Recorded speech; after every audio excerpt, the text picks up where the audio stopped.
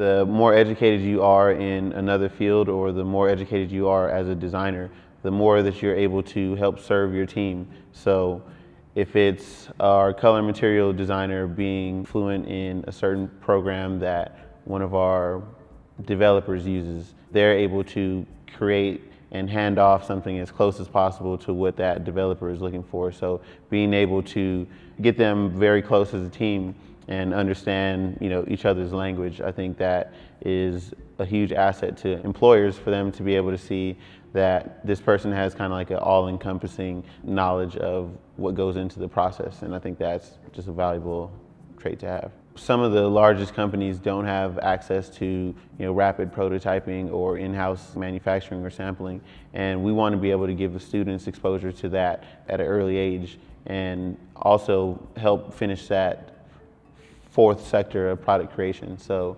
considering brand and marketing, considering product, considering color and materials, then getting into the engineering and the development side. So being able to give a full 360 of what the product creation sector is, and being able to replicate that at our school.